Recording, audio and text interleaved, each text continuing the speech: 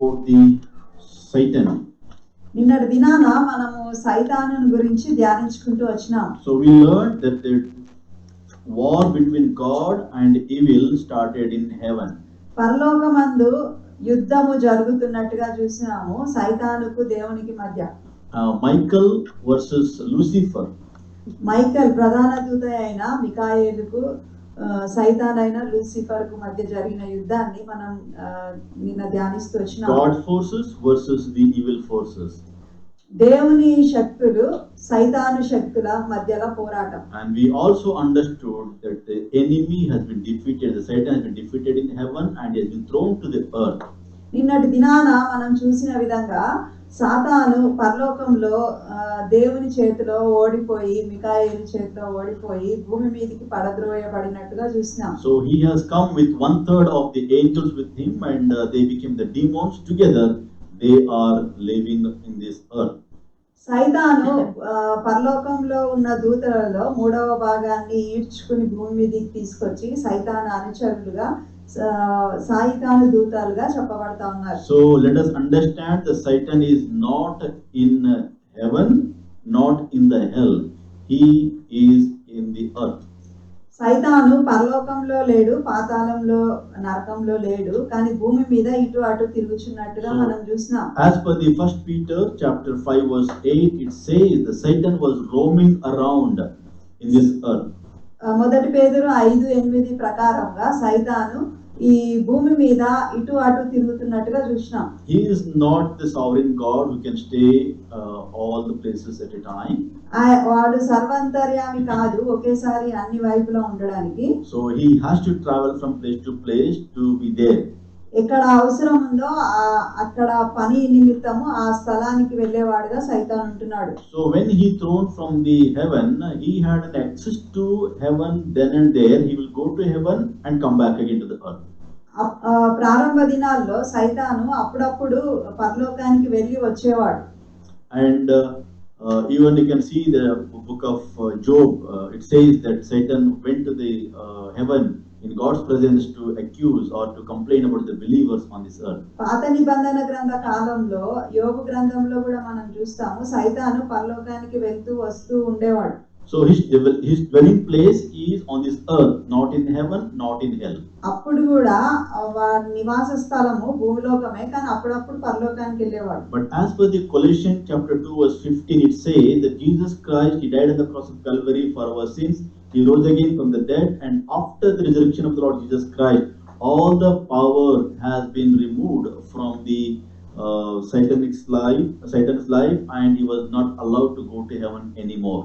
కొలసీలకు రాసిన పత్రిక 2:15 ప్రకారము సైతాను శక్తులను దేవుడు చిత్తుగా ఓడగొట్టినాడు. అయితే మళ్ళీ పరలోకంలో ప్రవేశం లేనట్టుగా ఆయన సహోదరుల మీద నిందారోపణలు వేయకుండా సైతాన్ని పూర్తిగా పరలోకానికి రాకుండా చేసినాడు. So from the resurrection of our Lord Jesus Christ until today and until the rapture, or we can say forever, there is no access for him into the heaven. పరలోకానికి వెళ్ళడానికి సైతానుకు ఇంకా అనుమతి లేదు. So now what he is doing is he cannot accuse the brother in the heavenly places.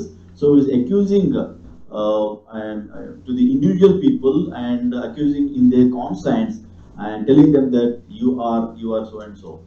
అయితే ఇప్పుడు సైతానుకు పరలోకంలో మన మీద దోషారోపణ చేయడానికి తరుణం లేని కారణాన వాడు మన ఆలోచనలని చెరపట్టి మన మనస్సాక్షిలో మనకు నిందారోపణ మోపేవాడుగా ఉంటున్నాడు. So let us remember that Satan is already defeated and he is a defeated foe. సైతాను ఓడిపోయిన వాడుగా మనం చూస్తా ఉన్నాం. And verse 11. Today let us start our study chapter 12 verse 11. ప్రకటన గ్రంథము 12వ అధ్యాయము 11వ వచనం నుంచి ఈ రోజు ఆరంభించుకుంటున్నాం. They overcame him by the blood of the Lamb and thy word of the testimony, that they did not love their lives so much as to shrink from death. వారు గొర్రెపిల్ల రక్తమును బట్టి తాము ఇచ్చిన సాక్ష్యమును బట్టి వాని జయించి ఉన్నారు గాని మరణము వరకు తమ ప్రాణములను ప్రేమించిన వారు car. So no accusation can stand against those whose sins have been forgiven by the blood of the Lord Jesus Christ. గొర్రెపిల్ల రక్తమును బట్టి అంటే యేసు ప్రభు రక్తము ద్వారా పాపక్షమాపణ పొందిన వారి మీద సైతాను నిందారోపణ చేయలేడు. So Romans chapter 8 verse 34 to 39. రోమా 8:34 నుంచి 39 వరకు చూస్తే It says, who shall lay anything to the charge against God's elect? It is God who justifieth. Who is he that condemned? It is Christ who died. Yeah, rather, who is risen again, and who is even at the right hand of God, who also maketh intercession for us. Who shall separate us from the love of Christ? Shall tribulation, or distress, or persecution, or famine, or nakedness, or peril, or sword? As it is written, for thy sake we are killed all the day long, we are accounted as sheep for the slaughter. No, nay, in all these things we are more than conquerors through him that loves us. For I am persuaded that neither death, nor life, nor angels, nor principalities, nor powers, nor things present, nor things to come, nor height, nor depth, nor any other creature shall be able to separate us from the love of God which is in Christ Jesus our Lord. దేవుని చేత ఏర్పరచబడిన వారి మీద నేరము మోపువాడేవాడు, నీతిమంతులుగా తీర్పు తీర్చువాడు దేవుడే. శిక్ష విధించువాడేవాడు చనిపోయిన క్రీస్తు యేసే. అంతేకాదు మృతులలో నుండి లేచిన వాడును, దేవుని కుడి పార్శ్వన ఉన్నవాడును, మన కొరకు విజ్ఞాపన చేయువాడు ఆయనే. క్రీస్తు ప్రేమ నుండి మనలను ఎడబాబు వాడేవాడు, శ్రమ అయిన, బాధ అయినను, హింస అయినను, కరువైనను, వస్త్రహీనత అయినను, ఉపద్రవమైనను, ఖడ్గమైనను మనలను ఎడబాపున. ఇందును గూర్చి వ్రాయబడినదేమనగా, నిన్ను బట్టి దినమెల్లా మేము వధింపబడిన వారము, వధకు సిద్ధమైన గొర్రెలమని మేము ఎంచిన వారము. అయినను మనలను ప్రేమించిన వాని ద్వారా మనము వీటన్నిటిలో అత్యధిక విజయం పొందుచున్నాము. మరణమైనను, జీవమైనను, దేవదూతలైనను, ప్రధానులైనను, ఉన్నవి అయినను, రాబోవున్నవి అయినను, అధికారులైనను, ఎత్తైనను, లోతైనను, సృజింపబడిన మరి ఏదైనను మన ప్రభు అయిన క్రీస్తు యేసునందలి దేవుని ప్రేమ నుండి మనలను ఎడబాప నేరవని రూఢిగా నమ్ముచున్నాము. So here we can understand that the Lord Jesus Christ has already won the victory over Satan by dying on the cross of Calvary and shedding his blood as a lamb. అయితే యేసు ప్రభు ఆ Calvary శిలువ మీద మరణించి రక్తము చిందించుట ద్వారా ఆయన సైతాను పైన విజయం పొందినట్టుగా చూస్తున్నాం. So what I want to tell you tonight is, as we face the battle with Satan, మనము సైతానుతో ఈ యుద్ధాన్ని చూస్తున్నప్పుడు so we should not fear it anymore. మనం ఇంకా సైతానుకు భయపడాల్సిన అవసరం లేదు. Or even we never try to escape from Satan. అయితే సైతాన్ చేతుల్లో తప్పించుకోవడానికి కూడా ప్రయత్నం చేయాల్సిన అవసరం లేదు. What I want to tell you is, we need to serve God in loyalty. అయితే దేవునికి నమ్మకంగా మనము అన్ని పరిస్థితుల్లో కూడా సేవ చేయాల్సిన వారు. Because the Lord Jesus Christ already brought the victory for us, and we are more than conquerors, and we are victorious always. అయితే యేసు ప్రభువులో మనకు ఇప్పటికే విజయం వచ్చేసి ఉన్నది. మనకు సైతాన్తో పోరాటం ఉన్నది కానీ విజయం ఆల్రెడీ వచ్చేసి ఉన్నది. So verse 11 says, they already overcame by the blood of the lamb. వీళ్ళు గొర్రెపిల్ల రక్తమును బట్టి వీళ్ళకి విజయము జయించి ఉన్నారు అని రాయబడి ఉంది. Verse 12. 12వ వచనం. Therefore rejoice, you heavens, and you who dwell in them. But woe to the earth and the sea, because the devil has gone down to you. He is filled with fury, because he knows that his time is short. అందుచేత పరలోక నివాసులారా ఉత్సహించుడి, భూమి సముద్రమా మీకు శ్రమ. అపవాది తనకు సమయము కొంచెమే అని తెలుసుకొని బహుక్రోధము గలవాడై మీ యొద్దకు దిగివచ్చి ఉన్నాడని చెప్పెను. So Satan knows that his time is very limited and his time is very short. ఇప్పుడు సైతానుకు తెలుసు తనకు సమయం లేదు, ఉన్న సమయం చాలా తక్కువ అని. So when we have a short time, we always make things very hurry. మనకు సమయం తక్కువగా ఉందని తెలిసినప్పుడు గబగబా చేసేస్తుంటాం. So we intensify the job. అంతేకాకుండా మన సమయానికి ఎక్కువ పనులు కేటాయించుకొని చేస్తూ ఉంటాం. So Satan already knows that his time is very short, so he is intensifying his effort against the Christ and his believers. అయితే విశ్వాసుల పట్ల యేసు ప్రభు ప్రణాళిక పట్ల సైతాను తన కార్యంలో ఒత్తిడి తెచ్చుకొని చేస్తా ఉంది. And especially for the Israelites. ఇశ్రాయేలు జనాంగము విషయంలో కూడా తన పగ తీర్చుకోవడానికి ప్రయత్నాలు చేస్తోంది. So he knows his time is short, and that is why he is very much working against the Israel and God's people. And we must understand that he is not powerful, but he exposing himself that he is a very powerful guy. సైతానుకు శక్తి లేదు కానీ చాలా శక్తిమంతుడు అయినట్టుగా అక్కడ ఇశ్రాయేల్ జనాంగం పైన దేవుని బిడ్డల పైన అక్కడ తన సమయాన్నంతా వెచ్చిచ్చి వాళ్ళని సతాయిస్తా ఉంది. And we know that the God is allowed him to exercise authority on this earth for the short time, and everything is under God's control. సర్వము దేవుని ఆధీనంలోనే ఉన్నవి, అయినా కానీ సైతానుకు ఆ కొంత సమయం ఇచ్చి ఆ సమయంలో సైతాను అధికారాన్ని చెలాయించుకోవడానికి దేవుడు తరుణం ఇచ్చిండు. So most of the people will ask, why did God allowing the Satan to be so fury? ఆ శ్రమల కాలంలో సైతాను ఎందుకు అంత ఉపద్రవాలు తీసుకొచ్చి అంత కోపంతో ఉండడానికి దేవుడు ఎందుకు అనుమతించిండని అడుగుతారు. So what I understand is the Satan, if he brings the temptations or he brings the problem, we will really understand who is the true believers when we face the problems.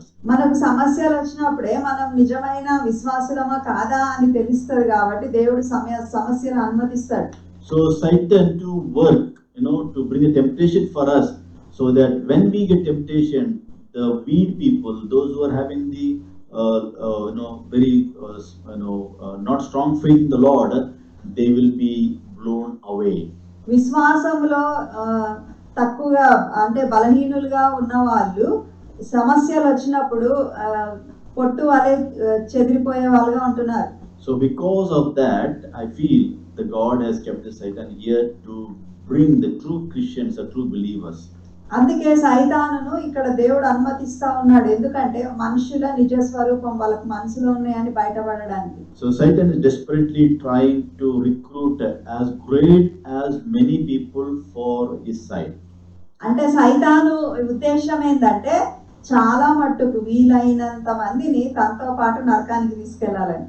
And he is going to fight the final battle, and he wants more people with him.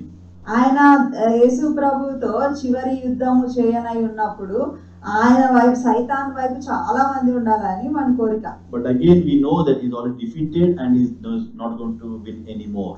సైతాను ముందే అపజయం పొంది ఉన్నాడు, ఇంకా సైతానుకు ఏమి జయము కలగదని మనం గుర్తుంచుకోవాలి. Verse 13 and 14. 13-14 వచనాలు. When the dragon saw that he had been hurled to the earth, he pursued the woman who had given birth to the male child. The woman was given the 2 wings of a great eagle, so that she might fly to the place prepared for her in the desert, where she would be taken care of for a times and half time out of the serpent's reach. ఆ ఘట సర్పము తాను భూమి మీద పడద్రోయబడి ఉండుట చూచి ఆ మగ శిశువును కనిన స్త్రీని హింసించెను. అందువలన ఆమె అరణ్యములో ఉన్న తన చోటికి ఎగురునట్లు గొప్ప పక్షిరాజు రెక్కలు 2 ఆమెకి ఇయ్యబడెను. అచ్చట ఆ సర్పముఖమును చూడకుండా ఆమె కాలములు అర్ధకాలము పోషించబడును. So we already learned yesterday that how the dragon, the Satan, has pursued the woman who had given the birth to the male child, the Lord Jesus Christ. నిన్నటి దినాన చూసి ఉన్నాము ఆ మగ పిల్లవాడిని కనిన ఆ స్త్రీని సైతాను ఏ విధంగా వెంటాడుతా ఉందని. And here verse 13 talks about that. ఇక్కడ ఈ 13వ వచనంలో మనం అదే విషయాన్ని మళ్ళీ చూస్తున్నాం. And verse 14 it says the woman was given the 2 wings of the great eagle.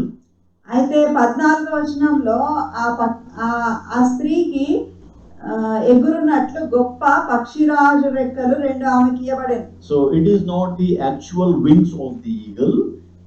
పక్షిరాజుకున్న రెక్కలు తీసుకొచ్చి అట్లనే ఆమెకు పెట్టలేదు. It is a graphical interpretation we can do on this, saying that the God has given the protection for the women. అయితే దేవుడు ఆ స్త్రీని తన రెక్కల మీద అంటే అట్లా కాపాడినట్టుగా ఇది సూచనప్రాయంగా ఇక్కడ రాయబడింది. Exodus chapter 19 verse 4. నిర్గమకాండము 19:4లో It says, "Yah, have seen what I did unto the Egyptians, and how I bore you on eagle's wings and brought you unto myself."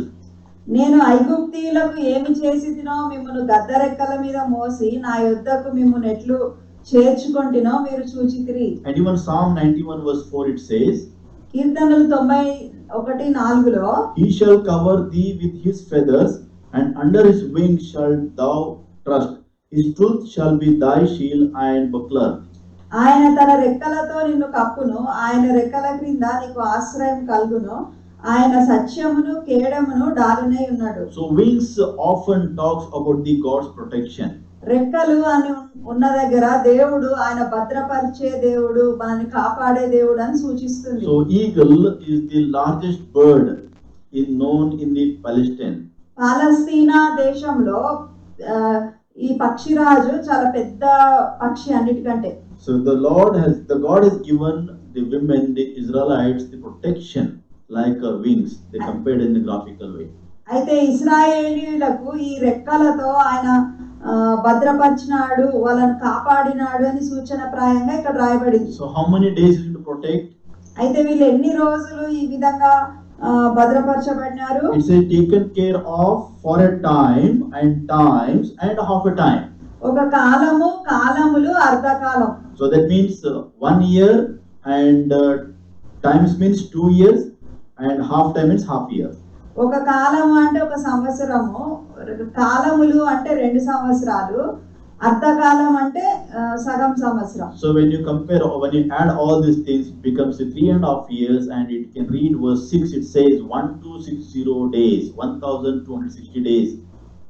అయితే ఇవి మనం అన్నిటినీ కూడితే 3.5 సంవత్సరములు, లేకపోతే 42 వారములు, లేకపోతే 1260 దినములుగా చెప్పుకోవచ్చు. So that means what I want to tell you now is, even though the Antichrist has brought the power from Satan to rule on this earth, అంత్యక్రీస్తుకు ఈ భూమి మీద అధికారం ఇవ్వబడింది, ఆయన రాజ్యం వెళ్తున్నప్పటికీ కూడా, but because of the broad protection, he was not able to fulfill all his responsibilities.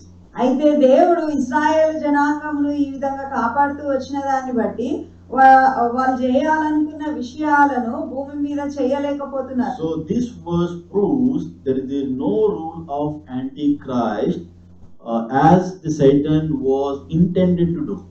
అయితే సైతాను ఏ విధంగా చేయాలి, ఇశ్రాయేలీయులను ఏ విధంగా వాళ్ళని చూడాలి అనుకునిందో అట్లా ఆయన కాపుదల, ఆయన భద్రత, వాళ్ళని ఎట్లా ఆయన పట్టించుకొని చూస్తున్నాడో మనకు అర్థమవుతుంది. Verse 15 to 17. 15 నుంచి 17 వరకు. Then from his mouth the serpent spewed water like a river to overtake the woman and sweep her away with the torrent. But with the earth helped the women by opening its mouth and swallowing the river that the dragon had spewed out of his mouth. Then the dragon was enraged at the women and went off to make a war against the rest of her offspring, those who obey God's commandments and hold to the testimony of Jesus. కావున ఆ స్త్రీ ప్రవాహంలో కొట్టుకొని పోవాలని ఆ సర్పము తన నోట నుండి నీళ్లు నదీ ప్రవాహముగా ఆమె వెనుక వెళ్ళగ్రక్కెను గాని, భూమి ఆ స్త్రీకి సహకారి అయి తన నోరు తెరిచి ఆ ఘట సర్పము తన నోట నుండి గ్రక్కిన ప్రవాహమును మృంగివేసెను. అందుచేత ఆ ఘట సర్పము ఆగ్రహము తెచ్చుకొని దేవుని ఆజ్ఞలు గైకొనుచు యేసును గూర్చి సాక్ష్యం ఇచ్చుచు ఉన్నవారైన ఆమె సంతానంలో శేషించిన వారితో యుద్ధము చేయుటకై బయలు వెళ్ళడి సముద్ర తీరమున నిలిచెను. So here verse 15 it says, from his mouth a serpent spewed water like a river. ఇక్కడ ప్రవాహమునకు కొట్టుకొని పోవాలని ఆ సర్పము తన నోటి నుండి నీళ్లు నదీ ప్రవాహముగా వెళ్ళగ్రక్కెను. So this talks about the great army to battle. అంటే ఇక్కడ ఈ నీళ్లు అంటే ఒక గొప్ప సైన్యాన్ని సైతాను తీసుకొని వచ్చి ఈమె మీదకి వస్తా ఉంది. So if you remember Jeremiah chapter 46 verse 8, I will go up and will cover the earth. I will destroy the city and the inhabitants thereof. ఐగుప్తీయుల దండు నైలు నది వలె ప్రవహించుచున్నది, దాని జలములు తొనకునట్లుగా అది వచ్చుచున్నది. నేనెక్కి భూమిని కప్పెదను, పట్టణమును దాని నివాసులను నాశనం చేసేదను. So the great army will come against the Israel like a flood. అయితే ఇశ్రాయేలీయులను యుద్ధం చేయడానికి ఒక గొప్ప సైన్యము నది వలె వస్తున్నట్టుగా చూస్తున్నాం. Again, Jeremiah chapter 47 verse 2. ఇర్మియా గ్రంథము 47:2లో It says, Thus says the Lord, Behold, waters rise up out of the north, and shall be an overflowing flood, and shall overflow the land, and all that is therein, the city and them that dwell therein. Then the men shall cry, and all the inhabitants of the land shall howl. యెహోవా ఇలాగ సెలవిచ్చుచున్నాడు, జలములు ఉత్తర దిక్కు నుండి పొర్లి వరదలై మనుష్యులు మొరపెట్టునట్లుగాను, దేశ నివాసులందరూ అంగలార్చునట్లుగాను దేశము మీదను అందున్న సమస్తము మీదను పట్టణం మీదను దానిలో నివసించు వారి మీదను ప్రవహించును. So these armies are coming to swallow up all the people of God. అయితే వీళ్ళు సైన్యము నది వలె వచ్చి వీళ్ళను మింగివేయాలి, వీళ్ళను కప్పివేయాలి అని చూస్తా ఉన్నారు. So that's the talks about the great army. అయితే ఈ గొప్ప సైన్యం అంటే అది. And verse 17, if you read very carefully, it says the dragon was really enraged at the women and went off to make war against the rest of her offspring. అందుచేత ఆ ఘట సర్పము ఆగ్రహము తెచ్చుకొని దేవుని ఆజ్ఞలు గైకొనుచు యేసును గూర్చి సాక్ష్యం ఇచ్చుచు ఉన్నవారైనా ఆమె సంతానములో శేషించిన వారితో యుద్ధము చేయుటకై బయలువెళ్ళి సముద్ర తీరమున నిలిచెను. You can see how frustrated the Satan is because of the short time. అయితే ఈ సైతానుకు సమయం కొద్దిగా ఉన్నదాన్ని బట్టి సైతాను ఆగ్రహం తెచ్చుకుంటున్నట్టుగా మనం చూస్తా ఉన్నాం. So women means Israel, and the child means Jesus Christ, and offspring means the believers. ఇక్కడ ఈ అధ్యాయంలో స్త్రీ అంటే ఇశ్రాయేలు జనాంగము, మగబిడ్డ అనంటే యేసుక్రీస్తు ప్రభువుల వారు. ఇక్కడ ఆమె సంతానము అనంటే ఎవరైతే యేసు ప్రభువునందు విశ్వాసం ఉంచి ఉన్నారో, యేసుని గురించి సాక్ష్యం ఇచ్చుచున్నారో వాళ్ళు. So Jews are Gentiles, those who are following the Lamb of God. ఎవరైతే ఈ యేసు ప్రభుని గురించి సాక్ష్యం ఇస్తున్నారో వాళ్ళని గురించి ఆమె సంతానము అని ఇక్కడ రాయబడింది. So Satan was so furious and so enraged against the Israelites and the God's people. అయితే ఇశ్రాయేలీయుల మీద, దేవుని బిడ్డల మీద సైతాను ఏ విధంగా ఆగ్రహం తెచ్చుకున్నాడో, కోపగించుకుంటున్నాడో చూస్తున్నాం. And even we read from book of Ephesians chapter 6 verse 10 to 12, Paul mentions that even the Satan now he is battling. అయితే ఎఫెసీయులకు రాసిన పత్రికలో పౌలు రాస్తా ఉన్నాడు, సైతాను ఇప్పటికి కూడా యుద్ధం చేస్తా ఉన్నాడు అని చెప్తున్నాడు. And now the John also saying that the war is still being waged. అయితే ఇక్కడ కూడా యోహాను అదే రాస్తా ఉన్నాడు, వారితో యుద్ధం చేయుటకై బయలువెడలి. But still he was already defeated. There is no more victory for him, but he is trying. సైతానుకు విజయం లేదు, అపజయం పొంది ఉన్నాడు. అయినా గాని ఇంకా తన ప్రయత్నం చాలించుకోకుండా సాధ్యమైనంత వాళ్ళను ఆయన వైపు తిప్పుకోవడానికి చూస్తున్నాడు. The outcome is already determined. The result is already announced. అయితే వాళ్ళ ఆ యుద్ధానికి రిజల్ట్ ఆల్రెడీ వచ్చింది, ప్రతిఫలంగా సైతాన్ ఓడిపోయినట్టు ఆల్రెడీ తెలుసు, అయినా యుద్ధం చేస్తున్నాడు. But still Satan is really enraged and battling against the God and God's people. సైతాను ఎప్పుడు కూడా ఆయన ప్రయత్నం చాలించుకోడు, దేవుని బిడ్డల మీద ఇంకా యుద్ధం చేస్తూనే ఉన్నాడు. So what I want to tell you tonight is, those who believe in the Lord Jesus Christ, do not worry, do not afraid of Satan's battle. You fight with him because you are more than conquerors. You are victorious at the end. సైతాను మన మీదకి వచ్చినప్పుడు అంతా మనం సైతాన్కు భయపడకుండా మనము వాడితో యుద్ధం చేయాలా, ఎదిరించాలి. ఎందుకంటే మనకు ఇప్పటికే దేవుడు విజయము ఇచ్చి ఉన్నాడు. Let us not waver our commitment in Christ. అయితే మనం దేవుడి కొరకు మనం చేసుకున్న ఒప్పందాలను లేకపోతే ఆయన కొరకు నిలబడకుండా ఉండకూడదు. A great spiritual battle has been fought already with Satan. సైతానుతో దేవుడు ఆత్మీయ యుద్ధంలో ఇప్పటికే గెలిచి ఉన్నాడు. And there is no time for us to make again decision. మళ్ళీ ఇంకొక తీర్మానం చేసుకోవడానికి అవసరం లేదు. And here the God's command and testimony about the Lord Jesus Christ. అయితే దేవుని కొరకు మనకున్న సాక్ష్యంలో మనం అలాగే ముందుకెళ్తే చాలు. Verse 17 it says, those who obey the God's commandments and hold to the testimony of the Lord Jesus Christ. దేవుని ఆజ్ఞలు గైకొనుచు యేసును గురించి సాక్ష్యం ఇచ్చుచు ఉన్నా. They are the offspring. వాళ్ళు ఆమె సంతానం. So those who are obeying the commandment and those who are holding the testimony of Jesus, they are offspring. And Satan is raising war against the people, and he is already defeated foe, but still he is trying his best to fight to make the battle.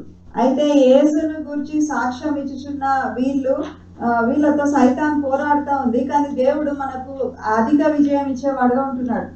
So we know the schemes of the devil and we know the outcome of the devil battle, and let us not be afraid, let us be victorious, and let us be strong with the commitment to the Lord Jesus Christ.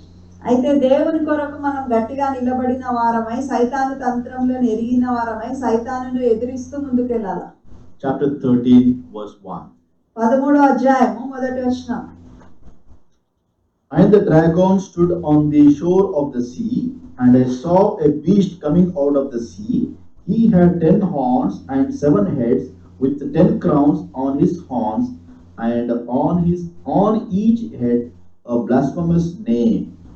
మరియు 10 కొమ్ములను 7 తలలను గల ఒక క్రూర మృగము సముద్రములో నుండి పైకి వచ్చుట చూచితిని. దాని కొమ్ముల మీద 10 కిరీటములను, దాని తలల మీద దేవదూషణకరమైన పేర్లును ఉండెను. So chapter 13 introduces this Satan as a dragon. అయితే ఇక్కడ 13వ అధ్యాయంలో ఇక్కడ సైతానును మనకు పరిచయం చేస్తా ఉన్నాడు. So he is going to accomplish 2 evil things. ఇక్కడ సైతాను 2 విషయాలను చేస్తా ఉన్నాడు. Verse 1 he says the beast coming out of the sea. క్రూర మృగము సముద్రములో నుండి పైకి వచ్చుట చూచితిని. And if you read little further, verse 11, chapter 13 verse 11, it says the beast coming out of the earth. 11వ వచనంలో చూస్తే మరియు భూమిలో నుండి ఒక క్రూర మృగము పైకి వచ్చుట చూచితిని. So there are 2 beasts are going to come out. అయితే ఈ 13వ వచనంలో 2 క్రూర మృగాలను చూస్తా ఉన్నాం. Already dragon వచ్చే క్రూర మృగము, భూమిలో నుండి వచ్చే క్రూర మృగము, వీరు ముగ్గురు కలిసి సైతాను యొక్క త్రిత్వముగా పనిచేస్తా ఉన్నారు. Dragon and the beast out of the sea and beast out of the earth together they form the unholy trinity. సైతాను మరియు భూమిలో నుంచి వచ్చిన క్రూర మృగము, సముద్రంలో నుండి వచ్చిన క్రూర మృగము, వీళ్ళు ముగ్గురు కలిసి అపవిత్రమైన త్రిత్వముగా పేర్కొన్నారు. So we can see how directly the Satan is working against the God's Trinity. అంటే సైతాను ఎంత చక్కగా మన దేవుడు త్రిత్వమై ఉన్నాడు కాబట్టి తాను కూడా ఒక త్రిత్వమును సృష్టించుకుంది. So Holy Trinity of God, the Father, God the Son, and the Holy Spirit. మనకు ఉన్న ఆ పవిత్రమైన త్రిత్వమై ఉన్న దేవుడు తండ్రి కుమార పరిశుద్ధాత్మ దేవులుగా మనకు ఉంటున్నారు. So do you remember when Satan tempted Jesus Christ in the desert? ఈ సైతాను యేసు ప్రభువును కూడా అరణ్యంలో శోధించినట్టు మనకు తెలుసు. So he wanted Jesus to know his power by turning the stones into bread. అయితే యేసు ప్రభువుని నీ శక్తి ద్వారా ఈ రాళ్ళను రొట్టెలుగా చేసుకొని తినమని చెప్పింది. So he wants him to do a miracle by jumping on high place. దేవాలయ శిఖరం నుంచి కింద దూకమని చెప్పింది. And he also said you have to gain a political power by worshipping him. సైతానును పూజించడం ద్వారా, సైతానుకు మొక్కడం ద్వారా భూమి మీద రాజకీయ అధికారం పొందుతావు అని ప్రలోభపెట్టింది. So he tried his level best with 3 things. అయితే 3 విధాలుగా సైతాను యేసు ప్రభువుని శోధించినట్టుగా మనకు తెలుసు. And Satan's plan was to rule this earth through the Lord Jesus Christ. యేసుక్రీస్తు ప్రభువు ద్వారా ఈ భూమిని ఏల్దాం అనుకుంది. But Jesus refused to do the work of the Satan, and he refused the word of Satan. అయితే యేసు ప్రభు సైతాను మాటకు లొంగలేదు. ఆ శోధనలో యేసు ప్రభు విజయం పొందినాడు. So beast coming out of the sea is talks about the political power of the Satan. అయితే ఈ మొదటి వచనంలో ఉన్న సముద్రంలో నుంచి వస్తున్న సైతాను అంటే ఈ మృగము రాజకీయ అధికారాన్ని చూపిస్తుంది. So this person is known as the Antichrist. ఈయన అంత్యక్రీస్తుగా చెప్పబడతా ఉన్నాడు. Because he is coming from the sea. Sea is the people, many people. అయితే సముద్రము అన్నప్పుడు మహాజలం అని చాలా మంది మనుషులలో నుంచి వచ్చిన వాడు. And the beast out of the earth is giving a power to do the miracle. అయితే ఈ భూమిలో నుంచి వస్తున్న ఈ మృగము ఆశ్చర్య అద్భుత కార్యములు చేయడానికి శక్తి గలవాడు. So dragon, Satan. ఈ క్రూర అది మహాఘట సర్పము సైతాను. Beast out of the sea is the Antichrist. He takes the political power. ఈ మొదటి వచనంలో నీళ్ళలో నుంచి సముద్రంలో నుంచి వచ్చిన ఆ మృగము అంత్యక్రీస్తు. And the beast out of the earth is a false prophet. He takes the power to do the miracle. అయితే ఈ భూమిలో నుంచి వచ్చిన ఈ మృగము అబద్ధ ప్రవక్తగా ఉంటున్నాడు. They work together to capture the whole world. వీళ్ళు ముగ్గురు కలిసి కట్టుగా పనిచేస్తూ భూమిని అంతా ఏల్దామని వాళ్ళ తలంపు. So they have tried their level best to become the opposite to the God's Trinity. They created an unholy Trinity to work on this earth. ఈ భూమి మీద రాజ్యము చేస్తూ దేవుని త్రిత్వమునకు తండ్రి కుమార పరిశుద్ధాత్మ దేవులకు వ్యతిరేక్తంగా వీళ్ళు కూడా ఒక త్రిత్వమును చేసుకొని అట్లా దేవునికి ఎదురుగా పోతా ఉన్నారు. So this beast came out of the sea. That means he came among the people. So he is the Antichrist. వాడు మనుషులలో నుంచి వచ్చిన వాడు కాబట్టి మనుష్యుడు అంత్యక్రీస్తుగా చెప్పవచ్చు. And this beast was identified with the Rome kingdom. రోమా సామ్రాజ్యమునకు గుర్తుగా ఉంటున్నాడు. Because during the Roman Empire there was full of evil. అంటే రోమా సామ్రాజ్యములో చెడుగు దుర్మార్గత ఉండింది. And they were persecuted the believers during the time. వాళ్ళు రోమా రాజ్యపు వాళ్ళు క్రైస్తవులను యేసు ప్రభువుని వెంబడించిన వాళ్ళను హింసించినారు. And they opposed God and his followers.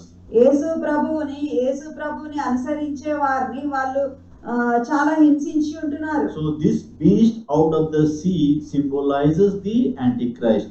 అయితే ఈ సముద్రంలో నుంచి వచ్చిన ఈ మృగము అంత్యక్రీస్తునకు గుర్తు. Again remember, he is not a Satan. అయితే ఈ మృగము సైతాను కాదు, అంత్యక్రీస్తు. He is working under the authority of Satan. సైతాను ఆధీనంలో సైతాను చెప్పిన విధానంగా పనిచేసేవాడు. So he got the power from Satan to work. సైతాను నుంచి అధికారము పొందినవాడు, శక్తిని పొందినవాడు గాని ఇక్కడ రాయబడింది. So if you look at the Antichrist, he is a combination of the four beasts that is explained in the book of Daniel. దానియేలు గ్రంథంలో రాయబడిన 4 జీవులకు వాళ్ళ కలయికగా ఇక్కడ వీడు మృగమై ఉంటున్నాడు. So we will explain how it's going to be resemble. అయితే ఏ విధంగా ఉంటున్నాడో మనం ఇక్కడ చూద్దాం. So early Roman Empire was very strong, and now the Antichrist is also become very strong. మొదలు పురాతనమైన కాలంలో రోమా సామ్రాజ్యము ఏ విధంగా శక్తివంతంగా ఉన్నదో ఇప్పుడు అంత్యక్రీస్తు పాలన అదే విధంగా శక్తివంతంగా సాగుతుంది. And because of this, many Christians will believe in Antichrist in that period. ఆ సమయములలో చాలా మంది క్రైస్తవులు అనేవాడే వారు కూడా అంత్యక్రీస్తును నమ్మి వారిని వెంబడిస్తారు. So this beast came out of the sea. ఈ సముద్రంలో నుంచి బయటికి వచ్చిన ఈ మృగము, it says, if you read very carefully, it says, I saw a beast coming out of the sea. He had 10 horns and 7 heads and 10 crowns on his horn. 10 కొమ్ములను 7 తలలను గల ఒక క్రూర మృగము దాని కొమ్ముల మీద 10 కిరీటములు, దాని తలల మీద దేవదూషణకరమైన పేర్లు ఉండెను. Do you remember we also studied the same thing in chapter 12 verse 3 about Satan? 12వ అధ్యాయము 3వ వచనంలో కూడా సైతానుని గురించి ఇదే విధంగా వర్ణించినారు. The head represents the worldly empires. ఈ తలలు భూలోక అధిపతులను చూపిస్తా ఉంది. Okay, it says the 10 horns. ఇక్కడ 10 కొమ్ములు ఉన్నాయి. How many heads? ఎన్ని తలలు ఉన్నాయి? 7 heads. 7 తలలు. So 7 kingdom. అంటే 7 రాజ్యములు. So there are past kingdoms and present kingdom and future kingdom. అంటే ముందు గతించిన రాజ్యములు, ఇప్పుడున్న రాజ్యము, రాబోయే రాజ్యములను ఇవి సూచిస్తా ఉన్నాయి. Okay, so the first kingdom is the Egypt kingdom. ఐగుప్తు రాజ్యము. Second Assyria kingdom. అస్సీరియా రాజ్యము. Third Babylon kingdom. బబులోను. Fourth Medo-Persian kingdom. Medo Persian. Fifth one is Greece kingdom. Greece రాజ్యము. Seventh one is Rome. రోమా రాజ్యం. So these are the 7 heads. ఇప్పుడు చదవబడిన వినిపించబడిన 7 రాజ్యములు, ఇవి 7 తలలు. And even in the future we learn 10 heads. అయితే ఇంకా రానున్న దినములలో 10 కూడా చూస్తాం. So because the final kingdom is the Antichrist kingdom. అంటే చివరిది అంత్యక్రీస్తు రాజ్యం. And after that the God will destroy all the kingdoms. He makes his own kingdom, that is the millennium kingdom. ఇవన్నీ రాజ్యాలను యేసు ప్రభు ఓడించి 1000 ఏండ్ల పరిపాలన చేయనై ఉన్నాడు. So heads are the kingdoms. ఈ 7 తలలు అనగా 7 రాజ్యములు. Horns means the power. అయితే కొమ్ములు అనగా అధికారము. So how in the animal kingdom you see the horns, they have the power. ఏ విధంగా జంతు శాస్త్రంలో జంతువులకు ఇవ్వబడిన కొమ్ములు వాటి శక్తిని చూపిస్తున్నాయో, So they have 2 kinds of power in the horns. అయితే ఈ కొమ్ములలో 2 రకాల శక్తి ఉంది. So one is offensive power. ఒకటేమో వాళ్ళని ఎవరన్నా వస్తే వాళ్ళతో ఎదిరించేది, attacking power. అంతేకాకుండా defensive power. ఎదిరించేది, వాళ్ళని కాపాడుకునేది. So the 2 powers, one is offensive, the next one is defensive. వాళ్ళని కాపాడుకునేది, ఇతరులను నాశనం చేసేది. And Daniel also showed these things in Daniel chapter 2 verse 41 and 42. దానియేలు గ్రంథము 2:41-42లో కూడా దానియేలు ఇదే విషయాన్ని చూపించి ఉంటున్నాడు. So he refers with the 10 toes on the statue, clay and iron feet. అయితే ఈ 10 రాజ్యాలను ఆయన 10 కాలి వ్రేళ్లనుగా చూపించి ఉంటున్నాడు. And crown resembles that the it's called dominion of this confederate kingdom. అయితే ఈ Dominion of the confederate kingdom. అయితే ఈ కిరీటాలు వాళ్ళ అధికారాన్ని, ప్రభుత్వాన్ని చూపిస్తా ఉంది. Yes, it helps us to make a proper and accurate the power. అయితే వాళ్ళకున్న అధికారాన్ని, వాళ్ళకున్న గొప్పతనాన్ని ఈ కొమ్ముల ద్వారా కిరీటాల ద్వారా చూపిస్తా ఉంది. So here the dragon, the Antichrist who came, he had the power and he is going to work on this earth as a political leader. అయితే ఈయన ఒక రాజకీయంగా ఒక రాజ్యమును స్థాపించి రాజకీయ శక్తితో ముందుకెళ్తా ఉన్నాడు. So there will be 10 horns. ఇక్కడ 10 కొమ్ములు ఉన్నట్టుగా చూస్తున్నాం. So 10 nations will come and they will show their power. 10 రాజ్యాలు వచ్చి వాళ్ళ బలాన్ని చూపిస్తున్నట్టుగా చూస్తున్నాం. Yes, and it also says in verse 1, they have each had a blasphemous name. అయితే ఇక్కడ ప్రతి తల మీద దేవదూషణకరమైన పేర్లు రాయబడినట్టుగా ఉంది. So he has a blasphemy the true God. అయితే నిజమైన దేవుణ్ణి దేవదూషణ చేస్తూ వాళ్ళు మాట్లాడుతూ ఉన్నారు. So those who contribute to the beast, they also blaspheme God. ఎవరైతే ఈ క్రూర మృగంతో సహకారులై ఉన్నారో వాళ్ళు కూడా దేవదూషణ చేసినట్టే. And those who wear the crown, they will pronouncing themselves, they had the power and they are accompanying with the power of the 10 nations and the 5 kingdoms. అయితే ఏ కొమ్ము కిరీటం పెట్టుకొని ఉందో, అంటే ఏ రాజ్యము వాళ్ళు కిరీటం పెట్టుకొని అంటే రాజ్యం చేస్తా ఉన్నారో, వాళ్ళ అంత్యక్రీస్తుతో చేతులు కలుపుతున్నారో, వాళ్ళంతా దేవదూషణ చేసినట్టే. So Antichrist is the combination of the four beasts which is mentioned in the book of Daniel. దానియేలు గ్రంథంలో మనం చూసిన ఆ 4 జీవులు కలయిక ఈ అంత్యక్రీస్తుగా ఉంటున్నాడు. Verse 2. రెండవ వచనం. The beast I saw resembled a leopard, but had a feet like those of bear, and a mouth like that of lion. The dragon gave the beast his power and his throne and great authority. నేను చూచిన ఆ మృగము చిరుతపులిని పోలి ఉండెను. దాని పాదములు ఎలుగుబంటి పాదముల వంటివి, దాని నోరు సింహపు నోరు వంటిది. దానికి ఆ ఘట సర్పము తన బలమును, తన సింహాసనమును, గొప్ప అధికారమును ఇచ్చెను. So this leopard, it is metaphorically said about the Greece kingdom. అయితే ఈ చిరుతపులి గ్రీసు రాజ్యానికి సూచనగా ఉంది. So this is talks about the Greek kingdom which is ruled by the Alexander the Great. Alexander పరిపాలించిన గ్రీకు రాజ్యమును ఈ చిరుతపులి చూపిస్తుంది. So leopard and subsequent animal symbol were all the native wildlife in Syria and Israel. Syria దేశము, ఇశ్రాయేలు దేశంలో ఉండే ఆ క్రూర మృగాలకు ఇవన్నీ చూపిస్తా ఉన్నాయి. So this beast resembled a leopard. ఈ మృగము చిరుతపులిని పోలి ఉండెను. And also it says, but his feet like those of a bear. దాని పాదములు ఎలుగుబంటి పాదముల వంటివి. So this bear is metaphorically referred to the Medo-Persian kingdom.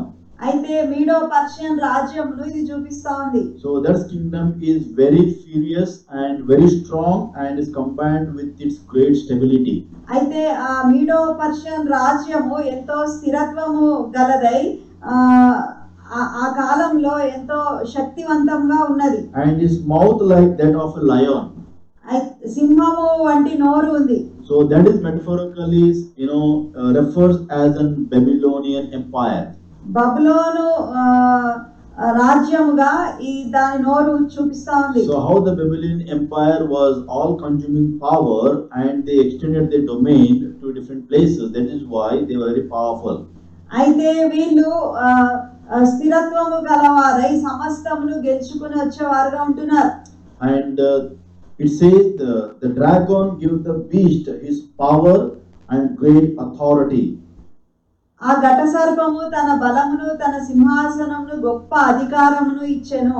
So how did the God the Father has given the power to the Christ and the Holy Spirit? Similarly, the Satan has given the power and authority to the beast out of the sea and beast out of the earth.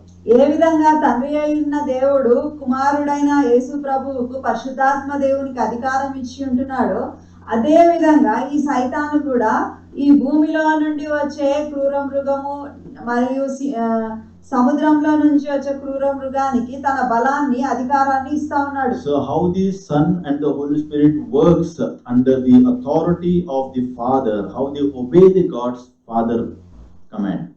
ఎట్లయితే తండ్రి మాటను కుమారుడై ఉన్న దేవుడు, పరిశుద్ధాత్మ దేవుడు లోబడి ఉన్నారు, అదే విధంగా ఇక్కడ జరుగుతా ఉంది. So the will of the Father will be done by Son and the Holy Spirit. ప్రభువు చిత్తాన్ని, తండ్రి చిత్తాన్ని చేసేవాళ్ళుగా కుమారుడు, పరిశుద్ధాత్మ దేవుడు ఉంటున్నారు, అదే విధంగా ఇక్కడ కూడా జరుగుతా ఉంది. So similarly, Antichrist is not a Satan, but he is doing the will of the Satan. అంత్యక్రీస్తు సైతాను కాదు, కానీ సైతాను చెప్పు చేతల్లో పనిచేస్తా ఉన్నాడు. So he is completely controlled by Satan. అయితే వీడు సైతాను చేతుల్లో ఉండి సైతాను అధికారంలో పనిచేస్తా ఉన్నాడు. So the Satan has given them the power and the great authority. వీళ్ళకు సైతాను సింహాసనము, అధికారము ఇచ్చినట్టుగా చూస్తున్నాం. Verse 3. 3వ వచనం. One of the heads of the beast seemed to have had a fatal wound, but the fatal wound had been healed.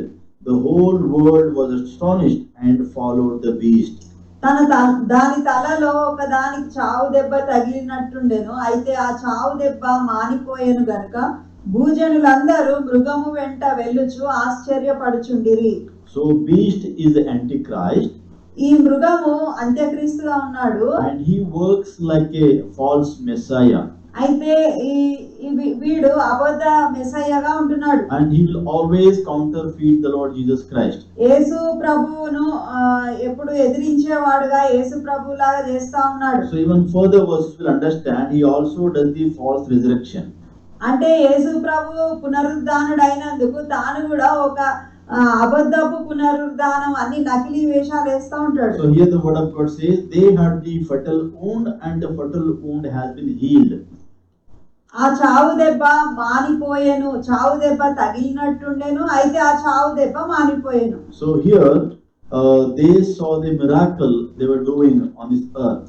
భూజనులందరూ ఈ అద్భుతమును ఆశ్చర్యమును చూసి ఆశ్చర్యపడుచున్నారట. So this is all the fake death and fake resurrection. అంటే ఇదంతా దొంగ చావు, దొంగ పునరుద్ధానం. And people are really believing in him. అయితే ఈ భూజనులందరూ మృగము వెంట వెళ్ళుచు ఆశ్చర్యపడుచుండిరి. The whole world was astonished. భూజనులందరూ, People in the world is very fascinated with the Antichrist. అంటే ఈ అంత్యక్రీస్తు చేసే పనులు, అంత్యక్రీస్తుని చూసి మనుషులందరూ చాలా ఆసక్తి కలిగి ఉన్నారు. His charisma, his brilliance and his attractiveness of doing all the things. అయితే ఆయనను చూసి వీళ్ళు అందరినీ ఆకట్టుకుంటా ఉన్నాడు. ఆయన చేసే పనులు, ఆయన మనుషులను ఆకర్షించే విధానము అదంతా చాలా చక్కగా ఉంటుంది. You see the word, the whole world was astonishing and they were followed him. భూజనులందరూ ఆశ్చర్యపడుతూ ఆ మృగమునకు వెంట వెళ్తున్నట్టుగా ఇక్కడ చూస్తున్నాం. Verse 4. 4వ వచనం, 5వ వచనం. Men worship the dragon because he had given the authority to the beast, and they also worship the beast and asked, who is like the beast? Who can make war against him? The beast was given a mouth to utter proud words and blasphemies, and to exercise his authority for 42 months. ఆ మృగమునకు అధికారం ఇచ్చినందుకు వారు ఘట సర్పమునకు నమస్కారం చేసిరి. మరియు వారు, ఈ మృగముతో సాటి ఎవడు, దానితో యుద్ధం చేయగల వాడెవడు? డంబపు మాటలను, దేవదూషణలను పలుకు ఒక నోరు దానికి ఇయ్యబడెను.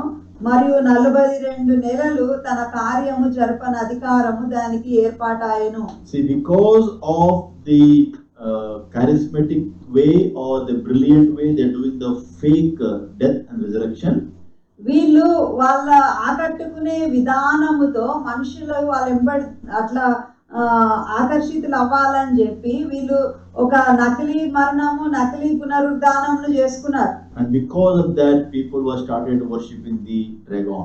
దాన్ని బట్టి వీళ్ళు ఆ మృగమును ఆరాధిస్తూ మృగమును వెంబడిస్తున్నారు. So they were saying, who is like the beast? Instead of who is like the Lord, we say no. They are saying who is like the beast. అయితే ఈ మృగముతో సాటి ఎవడు, దానితో యుద్ధము చేయగలవాడెవడు అని చెప్పుకొంచు ఆ మృగమునకు నమస్కారం చేసిరి. And the verse 5 says the beast was given a mouth to utter a proud words and to exercise his authority for 42 months only. డంబపు మాటలను, దేవదూషణలను పలుకుటకు ఒక నోరు దానికి ఇయ్యబడెను.